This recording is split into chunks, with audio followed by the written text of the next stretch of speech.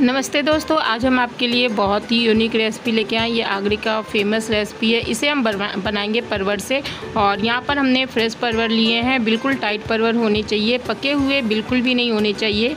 और यहाँ पर जो पके हुए परवर निकलेंगे, मतलब अंदर से इसकी बीज पकी रहेगी, तो उसे आप निकाल कर अलग कर दीजिएगा। यहाँ पर हम छिलने की सहायता से इसे अच्छे से छिलके हैं उसे छील लेते हैं। और छीलने के बाद इस तरह से हम उसे साफ़ कर लेंगे। अच्छी तरीके से हमें इसे छील लेना है।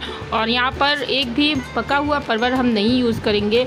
अगर आपके पास पका हुआ परवर होगा तो उसे आप निकाल देंगे। हमारे पास एक परवर पका हुआ आ गया था, तो उसे हमने निकाल दिया और इस तरह से छिलकर साफ़ कर लिया अच्छे से।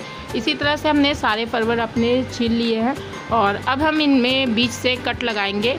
और कट लगाकर बीचों बीच हम इसे कट लगा रहे हैं, लेकिन दोनों साइड से इसका जो सिरा है वो जुड़ा रहेगा।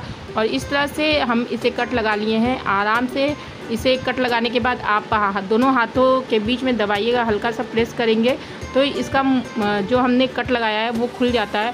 और उसको खोलकर हम अच्छे से चाकू की नोक की सहायता से इसके अंदर के बीज जो है उसे हम अच्छे से निकाल लेंगे। एकदम अच्छे से हम इसे साफ़ कर देंगे। बहुत ही आसानी से ये साफ़ हो जाता है।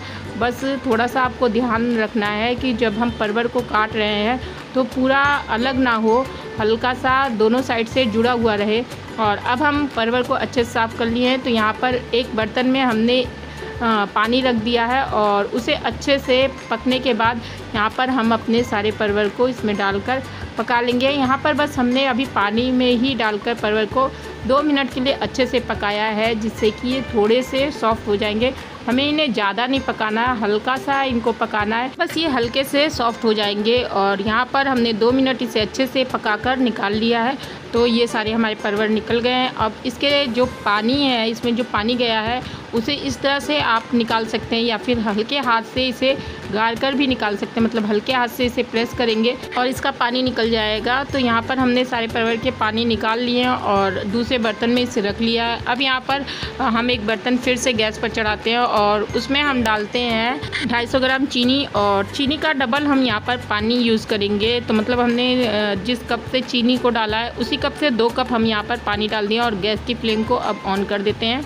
और ऑन करके गैस की फ्लेम को हम इस पानी को अच्छे से उबाल आने तक पकने देते हैं। और जब हमारा पानी इस तरह से अच्छे से पकने लगा है तो हमने इसमें अपने एक एक करके सारे परवर डाल दिए हैं। और अब इसमें हमें परवर को अच्छे से पकाना है। मतलब चीनी और पानी जब अच्छे से घुल जाएगा तो जब अच्छा उबाल आने लगेगा हमारे चाशनी में, तो हम उसी समय पे परवर को सारा डाल देंगे और एक एक करके डालेंगे, जिससे कि उबाल ना ख़त्म हो। इस तरह से इसे 10 से 15 मिनट तक हम इसे अच्छे से पकने देंगे, जिससे कि चाशनी गाढ़ी हो जाएगी और हमारे परवर का कलर भी हल्का सा चेंज हो जाएगा।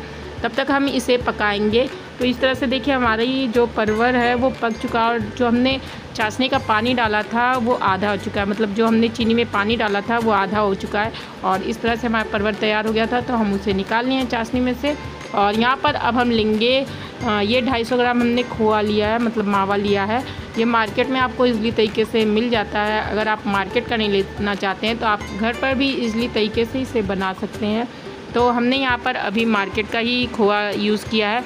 और इस तरह से एक बार इसे अच्छे से भून लेते हैं, जिससे कि इसका जो मॉइस्चर है वो फिर से अच्छा हो जाएगा और इसमें एक अच्छी सी खुशबू भी आ जाएगी। तो इस तरह से हम बराबर चलाते हुए इसे भून लिया और इसमें बहुत ही अच्छी सी खुशबू आ गई है और इसका घी भी थोड़ा सा रिलीज़ होने लगा है। तो अब हम इस गैस की फ्लेम को कर देते हैं बंद और यहाँ पर अपना एक बर्तन लेते हैं और उसमें इसे सारा निकाल लेते हैं। हम इसे रख दिए थे ठंडा होने को। और ठंडा जब हमारा मावा हो गया था, तब हम इसमें डाल दिए 1 चम्मच चीनी का पाउडर और थोड़े से ड्राई फ्रूट, जो आपके पास ड्राई फ्रूट हो उसे डालिए। हम यहाँ पर काजू बादाम और पिस्ता का यूज़ कर रहे हैं और थोड़ी सी इलायची डाल के फ्लेवर के लिए।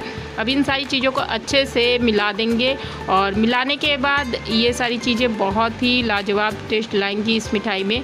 तो इस तरह से हम सारी चीज़ों को अच्छे से मिला देते हैं। और जब ये हमारी सारी चीज़ें मिल जाएंगी तो इस तरह से हाथों से एक इसका पेड़ा बना लेते हैं। और बहुत ही आसान तरीके से ये पेड़ा बन जाएगा। आप छोटा बड़ा अपने हिसाब से बनाइएगा, जो जिस हिसाब से आपका परवर होगा। तो हमने सारे पेड़े बनाकर तैयार कर लिए हैं। और अब यहाँ पर हम एक एक परवर में ये सारे पेड़े भर देंगे इस तरह से। और अगर आपका कम या ज़्यादा लगता हो जो खोआ है उसे आप कम होगा तो आपके पास बची हुई फिलिंग को आप दोबारा चम्मच की सहायता से भर सकते हैं। और ज़्यादा आप बहुत ही अच्छे से इसे भरिएगा जिससे कि इस मिठाई का टेस्ट बहुत ही लाजवाब आता है। तो इस तरह से हम पूरा दबा दबा कर इसे भर रहे हैं जिससे कि मिठाई में पूरा मावे का टेस्ट आए। और इस तरह से हम अपनी मिठाई को भरकर तैयार कर रहे हैं। ये आगरे का बहुत ही फेमस मिठाई की रेसिपी है। तो हमने सोचा इस रक्षाबंधन क्यों ना ये मिठाई बनाई जाए अपने भाइयों के लिए। सुपर हेल्दी और सुपर टेस्टी ये मिठाई हमारी बनकर तैयार है। और इस पर अब हम थोड़े से पिस्ता से डेकोरेट कर देते हैं। आप जिस भी ड्राई फ्रूट से, चाहे इसे बादाम से या फिर पिस्ता से या फिर काजू से डेकोरेट कर सकते हैं। तो इस तरह से हम इसे डेकोरेट कर दिए हैं और ये शानदार मिठाई हमारी बनकर तैयार है। तो रेसिपी हमें कमेंट करके ज़रूर से बताइएगा और रेसिपी अच्छी लगी हो तो रेसिपी के लिए एक लाइक कर दीजिएगा। और ऐसी ही लाजवाब मिठाइयों की रेसिपी पाने के लिए हमारे चैनल को सब्सक्राइब करके बेल आइकन जरूर से दबा दीजिएगा नई रेसिपी के साथ। तब तक के लिए नमस्ते।